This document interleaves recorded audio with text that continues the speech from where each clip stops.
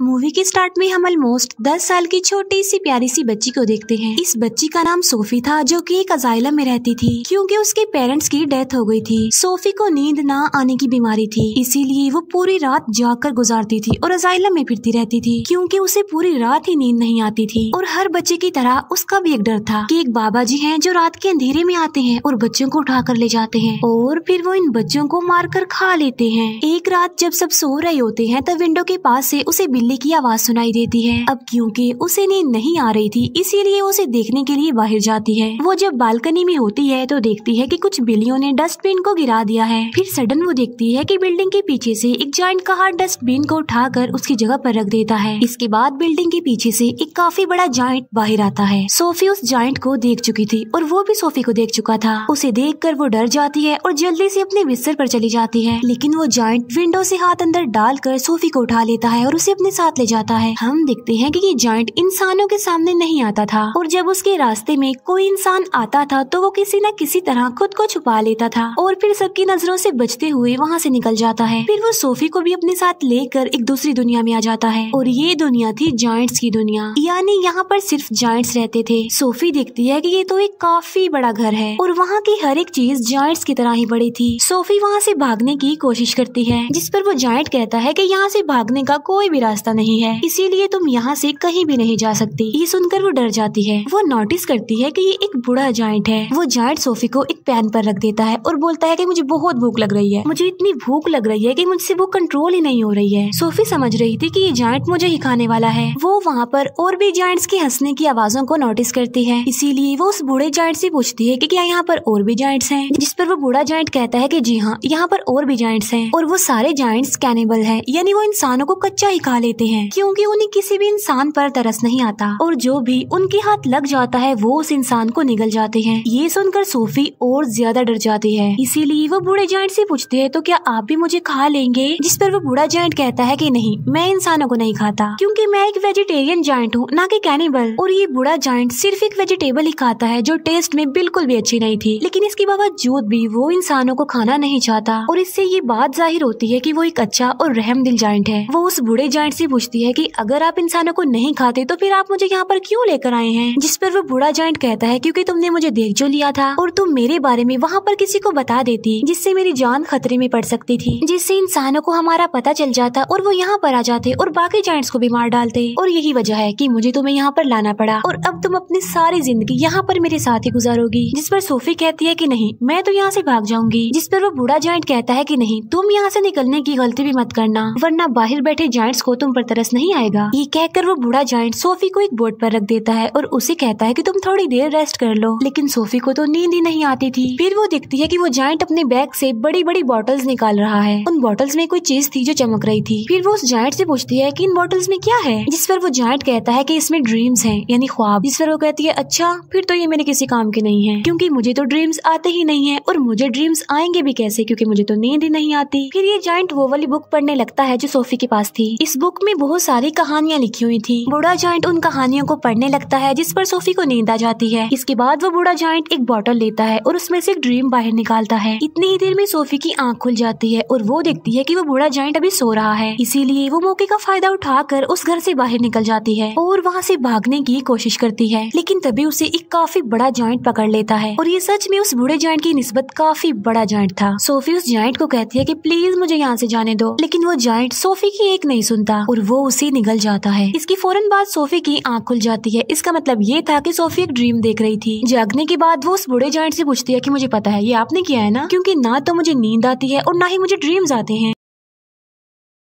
लेकिन आपने ये जो मुझे ड्रीम दिखाया है ये तो बहुत डरावना था। जिस पर वो जायंट कहता है कि मुझे ऐसा करना पड़ा और मैंने ऐसा इसीलिए किया है ताकि मैं तुम्हें ये बता सकूं कि बाहर तुम्हारे लिए कितना खतरा है, इसी वजह से तुम्हारे लिए बेटर होगा कि तुम यहीं पर ही रहो। बूढ़ा जायंट सोफी को समझाता है कि यहाँ पर जो जायंट्स हैं ना वो मुझसे साइज में काफी बड़े हैं और मैं तो उन जायंट्स के सामने कुछ भी नहीं हूँ क्योंकि मैं छोटा सा जायंट हूँ और बूढ़ा भी हूँ। अभी वो लोग बातें कर ही रही थी कि तभी वहाँ पर एक काफी बड़ा जायंट अंदर आ जाता है और वाकई ही ये उस बूढ़े जायंट की निस्बत काफी काफी बड़ा था। वो जायंट आते ही बूढ़े जायंट से पूछता है कि बताओ तुम किससे बात कर रहे थे बोने। अब यहाँ पर सारे जायंट्स बूढ़े जायंट को बोना कहते थे क्योंकि वो साइज में सबसे ही छोटा था। बूढ़ा जायंट जवाब देता है कि नहीं तो मैं तो किसी से बात नहीं कर रहा था। इसी दौरान सोफी भी कहीं पर छुप जाती है। इस बड़े जायंट के हाथ पर चोट लगी थी, इसीलिए वो पट्टी करवाने के लिए बूढ़े जायंट के पास आया था। अब क्योंकि वो जायंट कैनिबल था, इसी वजह से उसे उस घर में से इंसान की खुशबू आती है, इसीलिए वो वहाँ पर पड़ी हर एक चीज को देखने लगता है। तभी सोफी उस सब्जी के अंदर चली जाती है जो वो बूढ़ा जायंट खाता था, और जब वो जायंट उस सब्जी को स्मेल करता है तो उसे उसमें से इंसान की खुशबू आती है। आज से पहले इस जायंट ने कभी भी ये सब्जी नहीं खाई थी, लेकिन आज उसे इस वेजिटेबल में से अच्छी खुशबू आ रही थी, इंसान की खुशबू आ रही थी, क्योंकि उसमें सोफी जो थी, इसीलिए वो जायंट उसे खाने लगता है। ये देखकर वो बूढ़ा जायंट कहता है कि रुको, तुम ये नहीं खा सकते, क्या तुम भूल गए हो कि तुम वेजिटेबल्स नहीं खाते। जिस पर वो जायंट कहता है कि हाँ, मैं ये बात कैसे भूल गया कि मैं तो सब्जियां खाता ही नहीं हूँ। इसीलिए वो सब्जी को फेंक देता है और सोफी की जान बच जाती है। इसके बाद वो जायंट वहाँ से चला जाता है। फिर उस बूढ़े जायंट को कहीं पर जाना था और सोफी उससे पूछती है कि आप कहाँ पर जा रहे हैं। जिस पर वो बूढ़ा जायंट कहता है कि मैं किसी जरूरी काम से जा रहा हूँ। वो पूछती है कि कौन सा जरूरी काम, लेकिन वो उसे कुछ भी नहीं बताता। फिर वो सोफी के काफी फोर्स करने पर उसे बता ही देता है कि मैं ड्रीम्स को पकड़ने जा रहा हूँ। फिर सोफी उसे काफी कहती है कि मुझे भी अपने साथ लेकर जाइए, लेकिन वो उसे अपने साथ नहीं ले जाना चाहता था, क्योंकि बाहर जो जायंट सो रहे थे, अगर वो जाग गए, उन्होंने सोफी को देख लिया तो बहुत बुरा होगा। इसी वजह से वो किसी भी किस्म का रिस्क नहीं लेना चाहता था, लेकिन सोफी उसे काफी इंसिस्ट करती है, इसीलिए वो उसे अपने साथ ले जाने के लिए एग्री हो जाता है। जब वो बाहर आते हैं तो देखते हैं कि वो सारे जायंट्स गहरी नींद सो रहे हैं, इसीलिए ये दोनों उनके बीच से ही गुजरना चाहते थे, लेकिन इतनी ही देर में उन सारे जायंट्स की आंख खुल जाती है और वो बूढ़े जायंट को परेशान करने लग जाते हैं कि बोने तुम कहाँ पर जा रहे हो। जिस पर वो कहता है कि मैं तो अपने काम पर जा रहा हूँ। जिस पर वो जायंट्स कहते हैं कि हम नहीं चाहते कि तुम यहाँ से निकल कर बाहर जाओ, इंसानों की दुनिया में जाओ, क्योंकि अगर इंसानों को हमारे बारे में पता चल गया तो हमारी जान खतरे में पड़ जाएगी। वो सारे जायंट्स बूढ़े जायंट को बहुत ज्यादा तंग करते हैं और तभी मौके का फायदा उठाकर सोफी एक गाड़ी में छुप जाती है। लेकिन तभी बूढ़ा जायंट आसमान की तरफ इशारा करके कहता है कि वो देखो, सब देखते हैं कि आसमान पर बादल बने हैं और बारिश होने वाली है। असल में उन सारे जायंट्स को पानी से डर लगता था क्योंकि उन्हें वाटर फोबिया था, और तभी वहाँ पर बारिश होने लगती है और वो सारे जायंट्स जाकर छुप जाते हैं। तब मौके का फायदा उठाकर वो दोनों यानी बूढ़ा जायंट और सोफी वहाँ से चले जाते हैं। वो लोग माउंटेन्स पर चढ़ने लगते हैं। चलते चलते वो बादलों से भी काफी आगे निकल जाते हैं। सोफी कहती है कि यहाँ से तो देखने में ये स्टार्स बहुत ही प्यारे लग रहे हैं। बूढ़ा जायंट कहता है कि मैं तो इनका म्यूजिक भी सुन सकता हूँ। वो बताता है कि मैं इवन दुनिया की हर चीज की आवाज ही सुन सकता हूँ। मैं चींटियों की आवाज सुन सकता हूँ, कीड़े मकोड़ों की आवाज सुन सकता हूँ, इवन मैं ट्रीज की कहानियाँ भी सुन सकता हूँ। मेरे कान इतनी तेज हैं कि दुनिया की हर आवाज को ही सुन सकते हैं। ये सुनकर सोफी कहती है कि मुझे तो यकीन नहीं आ रहा आपकी बातों पर। बूढ़ा जायंट कहता है कि यही सच है बेटा, तुम्हें मानना होगा। इसके बाद वो लोग एक लेक के पास पहुँच जाते हैं, जिसके पास एक काफी बड़ा और खूबसूरत ट्री था। बूढ़ा जायंट पानी में कूद जाता है और उनके साथ सोफी भी कूद जाती है। दोनों फिर लेक के दूसरे किनारे पर पहुंच जाते हैं और ये होती है ड्रीम्स की दुनिया, क्योंकि ड्रीम्स उस ट्री से यहाँ पर कतरों की तरह गिरते हैं और बूढ़ा जायंट इन्हें पकड़ने के लिए ही यहाँ पर आता है। फिर वो दोनों मिलकर बहुत सारे ड्रीम्स पकड़ लेते हैं। इन ख्वाबों में अच्छे और बुरे दोनों ड्रीम्स ही थे। इन ड्रीम्स को पकड़कर फिर ये लोग वापस जाने लगते हैं। ये दोनों अब एक दूसरे के काफी अच्छे फ्रेंड बन गए थे और एक दूसरे के साथ काफी खुश थे।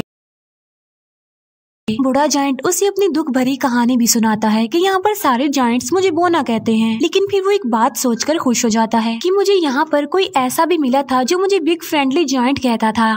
ये सुनकर सोफी कहती है तो आज से मैं भी आपको बिग फ्रेंडली जायंट यानी BFG ही कहूंगी। ड्रीम्स पकड़ने के बाद ये लोग सिटी में घूमते फिरते हैं, जहाँ पर बच्चे अपने अपने घरों में सो रहे होते हैं और बिग फ्रेंडली जायंट यानी BFG उन्हें नींद में बहुत अच्छे अच्छे ड्रीम्स देता है ताकि लोगों को उनके ड्रीम्स में खुशियाँ मिल सके। यहाँ पर हम ये जान पाते हैं कि BFG एक बहुत ही अच्छे दिल का जायंट है जो ड्रीम्स की दुनिया से ड्रीम्स ला कर लोगों को देता है ताकि सोते हुए ही सही ये उन लोगों की जिंदगियों में खुशियाँ तो ला सके। सोफी पूछती है कि ड्रीम्स के बारे में आपको क्या आपके पेरेंट्स ने बताया था, जिस पर वो जायंट यानी BFG कहता है कि जायंट्स के पेरेंट्स नहीं होते। फिर वो BFG से उसकी एज पूछती है कि आपकी उम्र कितनी है। BFG जवाब देता है कि जितनी उम्र इस दुनिया की है उतनी ही मेरी है, यानी जब से ये दुनिया बनी थी तब से ये जायंट्स भी बन गए थे, लेकिन ये इस दुनिया में ही इंसानों से छुप कर रहते हैं दीवारों के पीछे। फिर वो दोनों वापस जाने लगते हैं। सोफी अचानक पूछती है कि मेरा ब्लैंकेट कहाँ पर है। असल में सोफी का ब्लैंकेट जायंट्स की दुनिया में ही रह गया था और इस बात की वजह से BFG परेशान हो जाते हैं, इसीलिए वो सोफी को कहते हैं कि अब मैं तुम्हें अपने साथ नहीं ले जा सकता, क्योंकि अब तक उन जायंट्स को पता चल गया होगा कि मेरे साथ कोई इंसान भी है। और यहाँ पर BFG सोफी को एक बात बताता है कि बहुत सालों पहले मुझे एक बच्चा मिला था और वो भी इतना ही प्यारा और इनोसेंट था जितनी कि तुम हो, और तुम्हारी तरह उसने भी मुझे देख लिया था। इसी वजह से मैं उस बच्चे को भी जायंट्स की दुनिया में ले गया और उसी बच्चे ने मुझे पढ़ना सिखाया। और ये जो जैकेट तुमने पहन रखी है ये मेरी उसी मासूम छोटे से फ्रेंड की है, लेकिन इससे पहले कि मैं उस बच्चे को उसकी दुनिया में वापस लेकर आता काफी देर हो चुकी थी। और मैं बिल्कुल ये नहीं चाहता कि जो उस बच्चे के साथ हुआ है, मेरे उस दोस्त के साथ हुआ है, वो तुम्हारे साथ भी हो, क्योंकि तुम भी तो मेरी एक दोस्त ही हो ना। इसीलिए वो सोफी को वहीं पर छोड़कर वहाँ से जाने का फैसला करता है। हालांकि सोफी उन्हें काफी मना करती है यहाँ रुकने पर और उसके साथ चलने की जिद करती है, लेकिन वो जायंट इस बार उसकी बात नहीं मानता। तब BFG उसे अजाइलम में छोड़कर वहाँ से जाने लगता है। अब क्योंकि सोफी वहाँ पर रुकना नहीं चाहती थी, इसीलिए वो बालकनी से कूद जाती है, क्योंकि उसे पता था कि BFG उसे बचा लेंगे। और होता भी ऐसा है, BFG उसे बचा लेता है और इसीलिए ना चाहते हुए भी उसे सोफी की बात माननी पड़ती है। इसी वजह से वो उसे जायंट्स की दुनिया में दोबारा से ले आता है, जहाँ पर बाकी जायंट्स पहले ही उन लोगों के लिए वेट कर रहे थे, क्योंकि सारे जायंट्स जान चुके थे कि बूढ़े जायंट के पास कोई इंसान है। इसीलिए सारे जायंट्स अब जानना चाहते थे कि वो इंसान कौन है, कहाँ पर है। इसीलिए वो ब्लैंकेट की खुशबू की मदद से BFG के घर को चेक करते हैं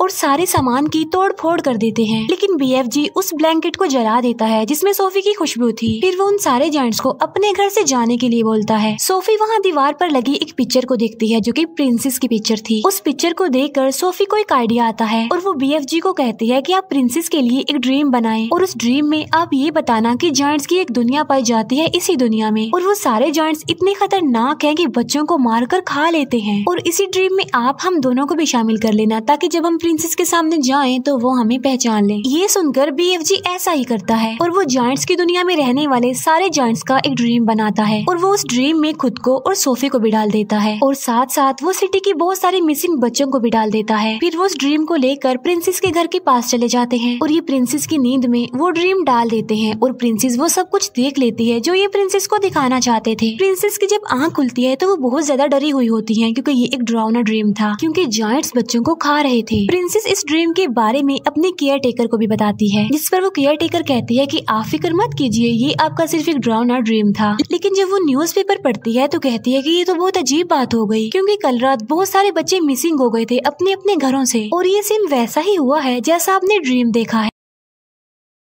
तभी प्रिंसेस कहती है कि पर्दे हटाओ, और पर्दे हटाते ही विंडो पर सोफी खड़ी हुई थी। असल में ये चीज भी उन्होंने ड्रीम में डाल दी थी और उसमें BFG को भी डाल दिया था। तब सोफी उन्हें BFG के बारे में बताती है और साथ साथ वो प्रिंसेस से प्रॉमिस भी लेती है कि आप मुझसे वादा करेंगे आप BFG को कोई नुकसान नहीं पहुँचाएंगी। तब BFG प्रिंसेस के सामने आता है और तमीज से उनके सामने झुक जाता है। तब प्रिंसेस भी अपने प्रॉमिस को पूरा करती है। अच्छा, यहाँ पर जायंट्स की ना एक फनी बात भी थी कि वो किसी भी वर्ड को ठीक से नहीं बोलते थे, इसीलिए वो महारानी को मर्जानी कहता था, BFG इंसान को इंसान कहता था और ऐसे ही उल्टे सीधे लफ्ज बोलते थे। इसके बाद प्रिंसेस उनका अच्छे से वेलकम करती है और उन्हें एक काफी अच्छी दावत देती है। फिर ये लोग सारी बात प्रिंसेस को बता देते हैं कि जायंट्स की दुनिया में 9 बड़े बड़े जायंट्स ऐसे हैं जो इंसानों और बच्चों को पकड़कर खा लेते हैं। इसीलिए प्रिंसेस उनकी हेल्प करने के लिए तैयार हो जाती है और अपनी एक पूरी आर्मी तैयार कर लेती है, जो कि BFG की मदद से अपने हेलीकॉप्टर्स में बैठकर जायंट्स की दुनिया के लिए निकल जाते हैं। अब इन्होंने यहाँ पर एक प्रॉपर प्लान बनाया हुआ था, इसीलिए वो प्लान के मुताबिक एक जगह पर रुक जाते हैं, क्योंकि ये पूरी तैयारी के साथ उन पर अटैक करने के लिए आए थे। प्लान ये था कि BFG एक ड्रीम बनाएंगे और उस ड्रीम में BFG इन जायंट्स के लिए शर्मिंदगी और पछतावा डालेंगे उनके बुरे कामों के लिए जो उन्होंने किए थे, और BFG ऐसा ड्रीम बना भी लेता है। लेकिन जैसे ही BFG ड्रीम्स को उन जायंट्स में डालने के लिए जाता है, तब उन्हें याद आता है कि ड्रीम डालने वाली चीज तो मैं प्रिंसेस की महल में ही छोड़ आया हूँ और उस चीज के बगैर ऐसा करना रिस्की था, क्योंकि उन जायंट्स के पास जाना था। लेकिन सोफी हिम्मत करके उस ड्रीम वाले जार को उस जगह पर लेकर चली जाती है जहाँ पर वो जायंट्स सो रहे थे। लेकिन इससे पहले कि सोफी उस जार को तोड़ पाती, उन जायंट्स का लीडर उठ जाता है और वो जैसे ही सोफी को पकड़ने वाला होता है, सोफी उस जार को तोड़ देती है और ये ड्रीम उन जायंट्स की नींद में चला जाता है जो भी सो रहे थे। और जब वो जायंट्स जागते हैं तो उन्हें अपने बुरे काम पर शर्मिंदगी होती है, लेकिन जो जायंट्स का लीडर था वो तो जाग रहा था, इसीलिए उसे कोई भी पछतावा और शर्मिंदगी नहीं होती और इसीलिए वो सोफी पर अटैक कर देता है। लेकिन तभी BFG उस जायंट के सामने आ जाते हैं। अब क्योंकि BFG बहुत छोटे थे इसीलिए वो जायंट उन्हें अपने हाथ में उठा लेता है, लेकिन जैसे ही वो BFG को मारने लगता है प्रिंसेस की पूरी आर्मी हेलीकॉप्टर्स के साथ वहाँ पर आ जाती है और वो लोग सारे जायंट्स को पकड़कर अपने साथ ले जाते हैं और उन्हें समंदर के बीच में एक आइलैंड पर छोड़ दिया जाता है। अब क्योंकि इनकी चारों तरफ पानी था और ये तो पानी से डरते थे इसीलिए वो वहाँ से भाग नहीं सकते थे और इसीलिए अभी हमेशा के लिए यहाँ पर फंस गए हैं। प्रिंसेस उन जायंट्स के लिए वहाँ पर सब्जी के बीज भी फेंक देती है ताकि ये जायंट्स उन बीजों की मदद से वहाँ पर सब्जी उगाएं और सारी जिंदगी ये वो सब्जी ही खाएं। अब क्योंकि उन जायंट्स को ये सब्जी पसंद नहीं थी लेकिन अब ना चाहते हुए भी उन्हें ये सब्जी खानी पड़नी थी और पूरी जिंदगी इसी आइलैंड पर रहकर ये सब्जी ही खानी है। इसके बाद हम सोफी को देखते हैं जो बज़ आइलैंड में नहीं रहती बल्कि प्रिंसेस के महल में रहती है और यहाँ पर सोफी बहुत खुश होती है और वो जब चाहे BFG से बात भी कर सकती है क्योंकि BFG ने बताया था कि वो इस दुनिया की सारी आवाजें सुन सकते हैं। दूसरी तरफ BFG जो कि अब जायंट्स की दुनिया में बिल्कुल अकेले रह गए हैं, जिन्होंने जायंट्स की दुनिया में उस सब्जी के अलावा और भी बहुत सारी वेजिटेबल्स उगा ली हैं और वो भी अपनी लाइफ में बहुत खुश है। सोफी हर सुबह जागकर विंडो पर आती है और BFG को गुड मॉर्निंग कहती है जिसे BFG सुन लेते हैं और उसका जवाब देते हैं और ये प्यारी सी मूवी यहीं पर एंड हो जाती है। Thank you for watching.